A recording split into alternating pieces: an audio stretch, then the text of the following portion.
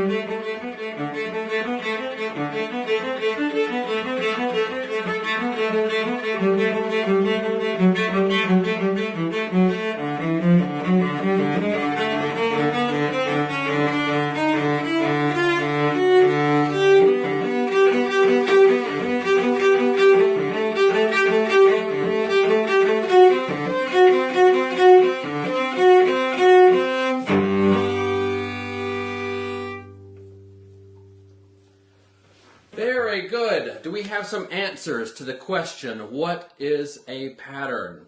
Yes. Jen is behind me, so she's going to read off some of your answers. We won't be able to get to all of them, but what answers do we have so far? All right, so we got Nathaniel, who says something like 1, 2, 3, 1, 2, 3. Nathaniel, you get a gold star. We're actually going to be talking about that a little bit later. That's a big word called rhythm. We'll get to that in just a second.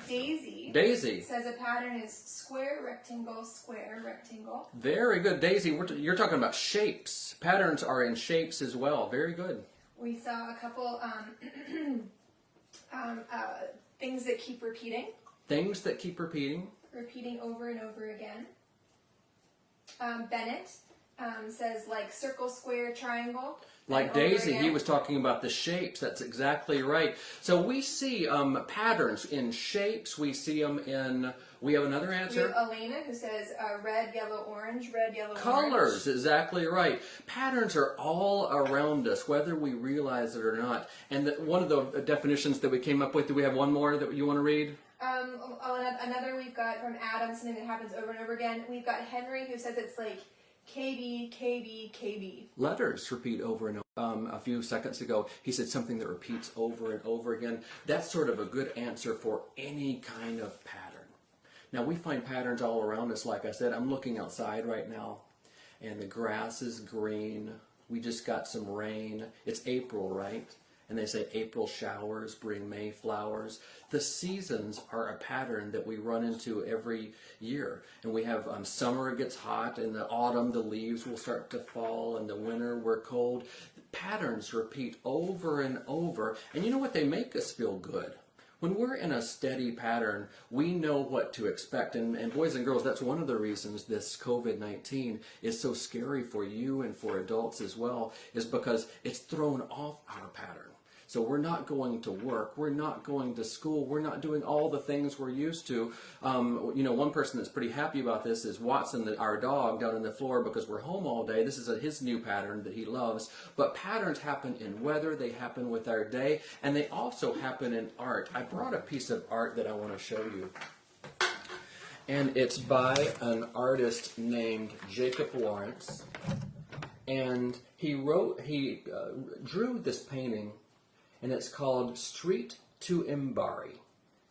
Now look on that painting. You see right in the middle of that painting there is a big street with a lot of marketers gathering up and down the street. And what Jacob Lawrence did was he put patterns of shapes on one side of the street that he repeated on the other side of the street. For example, Jen, can you point to the roofs up at the top? So you can see those roofs on that side of the street. And you also see the same type of roof on the other side of the street. Now you see rolls of fabric in this marketplace. Rolls of fabric on the right side that are repeated on the left side. There's even a baby. You have to look really closely. There's a baby on that side of the street. And there's a baby on that side of the street. Artists use patterns all of the time whenever they're creating their pieces and their paintings. So we see them in art, we see them in weather, and we also see them in how instruments are put together. I'm going to back up just a little bit. I'll speak up so you can see and hear me. But this is my cello. And just like that market was divided in the center in that painting, I want you to look at my cello. And what shapes do you see on this right side that you also see on this left side?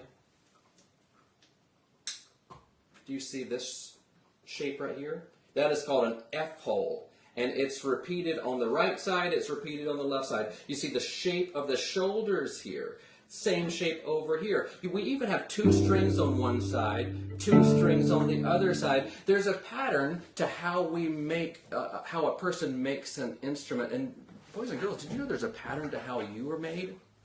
Look at your bodies. Do you have an eye over here? Do you have one eye over here? Do you have an ear on this side and an ear on this side? We have a hand over here. We've got a hand on this side. There's a pattern to how things are made, whether it's art, whether it's an instrument, whether it's our body. Patterns are all around us. And we also find them in music. And what I want to do is show you, the first pattern that I want to show you in music is something called a scale. Now, a scale in music this is like your ABCs. Do you remember when you learned your ABCs? The song went like this. And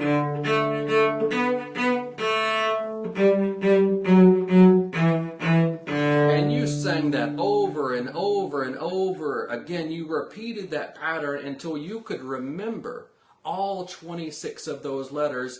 That is the alphabet, and that's how we learn to read. But in music, we only really have 8 numbers or 8 letters in that musical scale, and I want to show them to you right now. Here's the first one. I'm going to play all the way at the bottom. This is number 1. Here is the second note. Here is the third note.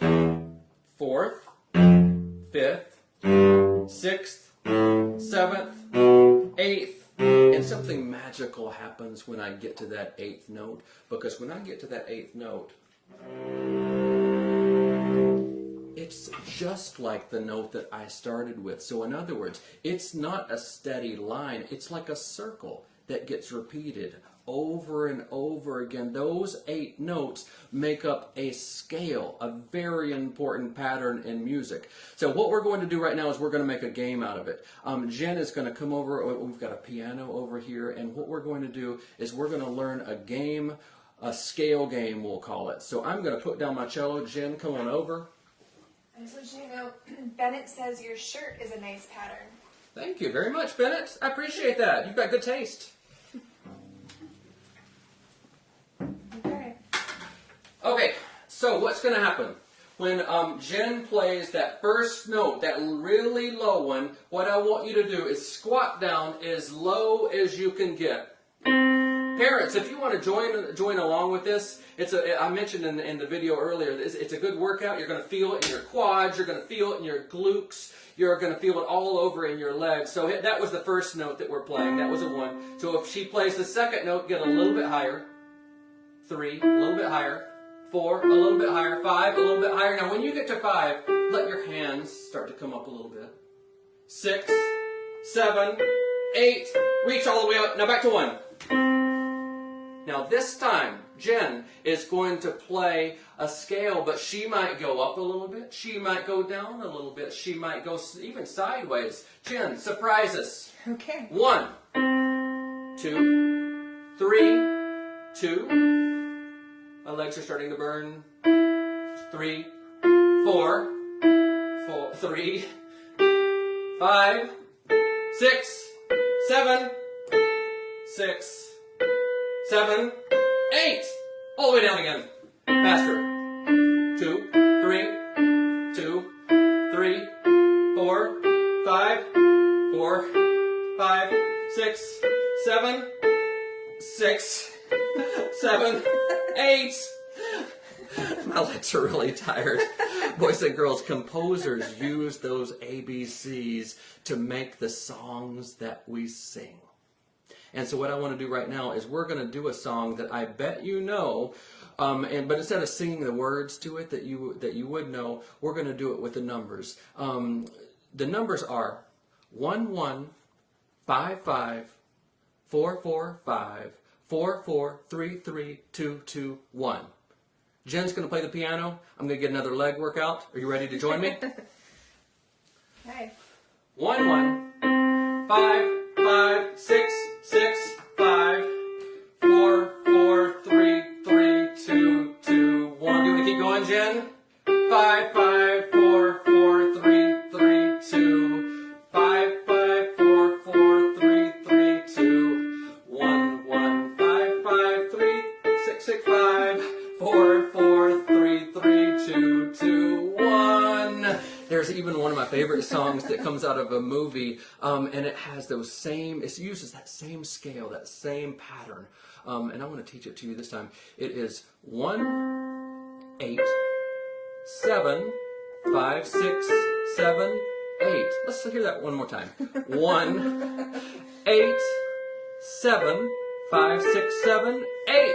Can you join me? We'll do it one more time. Here we go. Here's 1, 8, 7, 5, 6, 7, 8. Now, what song is that?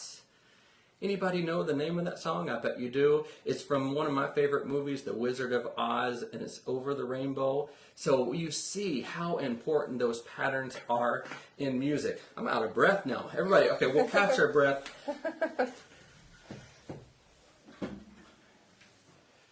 Patterns. We found them in art. We found them in my instrument. We found them in weather. We found them in the human body. We found it in the ABCs of music. Eileen said Over the Rainbow. I just saw it now. Sorry about that. Mike also said Somewhere Over the Rainbow.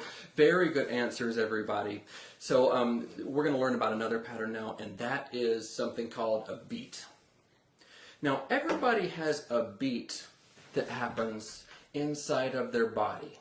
Whether you know it or not, there is a very important beat going on inside of your body. And that is called our heartbeat, right? And when we go to the doctor, the doctor will sort of check our pulse. Doctors and nurses, and we want to thank our doctors and nurses just like we did last week. Thank you so much for protecting us. But when you go to the doctor, They're going to put their thumb right on your wrist. Can you do that with me? And they're going to sort of feel their pulse, your pulse. Mine's pretty fast right now. 1, 2, 3. It's all that leg workout that I just did. But that beat is very important. If that beat is unsteady, they call that an irregular heartbeat. And we don't feel good when that happens. Again, when patterns are something that make us feel good, even within our body, very important pattern that goes on. Now, in music, we don't have a heart that beats, but we do have something that's very similar, and that is called rhythm. Can you say rhythm? Now, rhythm is very important, and I mentioned before that you, if you wanted to play along, to bring 2 pots, 3 pots actually, but we're going to start with 2 pots. We've got a big one over here. We've got a little one. I can't point backwards. We've got a little one over here, a big one, a little one, a big one, a little one, and Jen is a master pot player. She's got her wooden spoon, and we are going to do a song by Johann Sebastian Bach. I did it last week when we were talking about composers and conductors, but we did it last week, and Jen is going to play the pot. So if you have a wooden spoon, if you've got a pot, join along as we play this. We're talking about rhythm, another very important pattern in music. Here we go.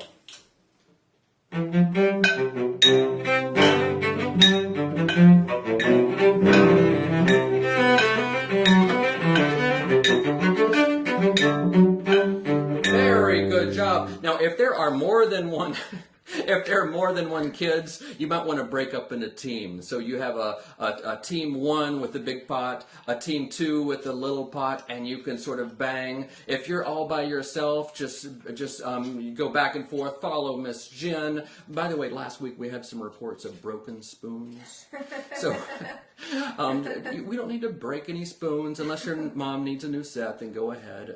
And if you're like too little and you don't really understand all these 1s and 2s, and we're going to add a 3 in just a second, we're just glad you're here. Just have fun and bang some pots. Now, Jen, we're going to do this time. We're going to do that same song, and we're going to do a little bit faster. 1, 2, 1, 2.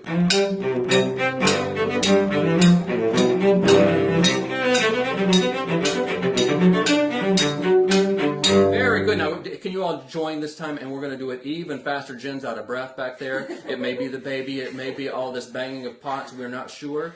But we're going to do it a little bit faster. 1, 2, 1, 2.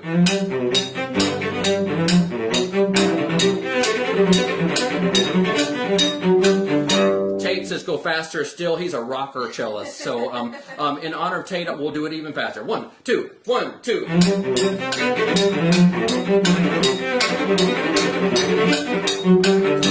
Very good job. Now, like I said, most of the music that we play has 2 beats. A pattern of 2 that repeats over and over and over. But you can see behind me, Jen is adding a 3rd pot. Because there are some songs that use not 2 beats, but 3 beats in a pattern. One of them is one that you get to sing, or people sing to you every year on your birthday, and that is Happy Birthday. You may not have realized that you were singing a 3-note pattern, but you were when you were singing Happy Birthday. And by the way, we're gonna play Happy Birthday on the cello and with the pots and with the wooden spoon in just a second. But I asked you all to tell me some of the birthdays out there, and we've got birthdays from Bruna, Judd, Hank, Jefferson and Tyler are this Friday, close enough. We have Alex was yesterday on Monday. Hunter is turning 6 years old today. Linda and Samuel. There are probably others that I'm missing, but we have lots and lots of birthdays. Happy birthday! Happy birthday, everybody! So this time we're going to do Happy Birthday, and we'll do it a little bit slower, so you can sort of follow along with Miss Jen as she bangs pot 1, pot 2, pot 3, pot 1, pot 2, pot 3. Keep going, Jen.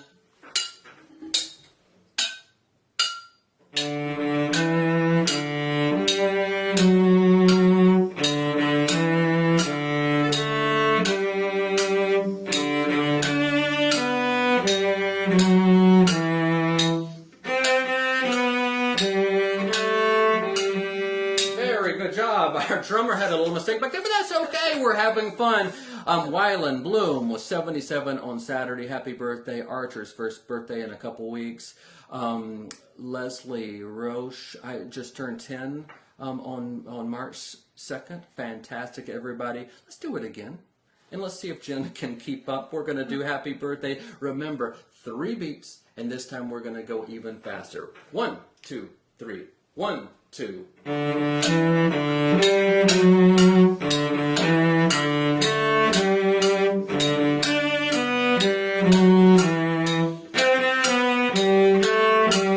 Very good job, everybody. We're talking about patterns today. We're talking about patterns in music, and we found like the ABCs, the scales that we play, something that repeats over and over. We just found that heartbeat, the rhythm of music, and that's a very important pattern. And we had a lot of fun with that last song. I said we would have question and answers. We might have a lot of question and answers, like why in the world I did that, but that's okay. So what kind of questions do we have, Miss Jen? Well, Nathaniel wants to know if Watson can play the cello. Watson would love to play the cello. Yesterday we were doing a video, just sort of tell everybody about this, and he started doing circles at my feet. You couldn't see it. It's hard to play the cello. It's nearly impossible when you've got a dog going in circles. But you know what? That's a pattern. That's good. More questions? More questions. More questions. Keep them coming. Tell him I have a slight delay. We've got a little bit of a delay. Thank you for being patient. Cheryl Thompson says you two are amazing. Thank you, Cheryl. It's very, very kind of you. We had a couple other patterns that came up. Hold on. Our Obie the Dobie enjoyed wiggling. Joanne Smith, fantastic. Gregory, oh my goodness, Gregory, I love that question. He asked, why don't your pegs look like a normal pattern?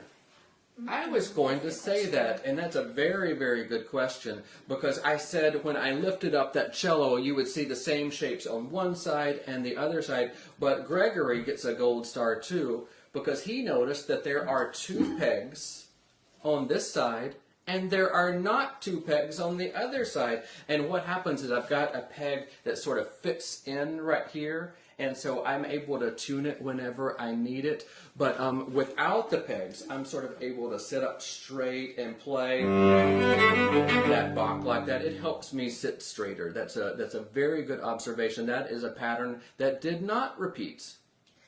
When did you become a cello player? I became Gene Michael. Good question. I began my musical career actually on drums. I might have mentioned that last week. I had a Mickey Mouse drum set, and we made some. I made a lot of noise, and my mom said, we need something a little softer. And so I played the cello. I started in 5th grade in a public school program, and for you parents who are sending your kids to public schools, and a lot of music programs are getting cut because of budget concerns. Music is a great way to learn not only an instrument, but you learn so many things. Like we were just talking about math things, and we were talking about science outside. Music is a great way to learn even other languages. We talked about Italian, so music is a great way to learn so many things. So keep those public school programs alive. How long have you played in the Cleveland Orchestra? Nathaniel wants to know. Nathaniel, I started in the Cleveland Orchestra back in way back in 1995. I've been playing ever since until now, because we're on a little bit of a break for a couple months, keeping everybody at home. That's why I'm able to be at home and make some music with you. But I've been playing for 25 years, and I've loved every minute of it. It's a great, great orchestra. Someone recommended patterns in words and rhymes, saying wiggle, jiggle, giggle is also a pattern. That's exactly right. And Jonah wants to know the difference between a cello and a bass. That's a good question too. A bass is just a little bit bigger. One thing I didn't say, I was thinking about including, the bigger the instrument, this is a pattern, the bigger the instrument, the lower the sound that it makes. So with that big pot back here, it made a slightly lower sound than that little pot over here. And so the bass is very similar in shape to the cello. It's just a little bit bigger, and as a result, it has a lower sound. Good question. Did you already answer why you only have 2 pegs? I did. So it's so I can sit up straighter. Okay. Good question. And Ellie wants to know, how are you so good at the cello?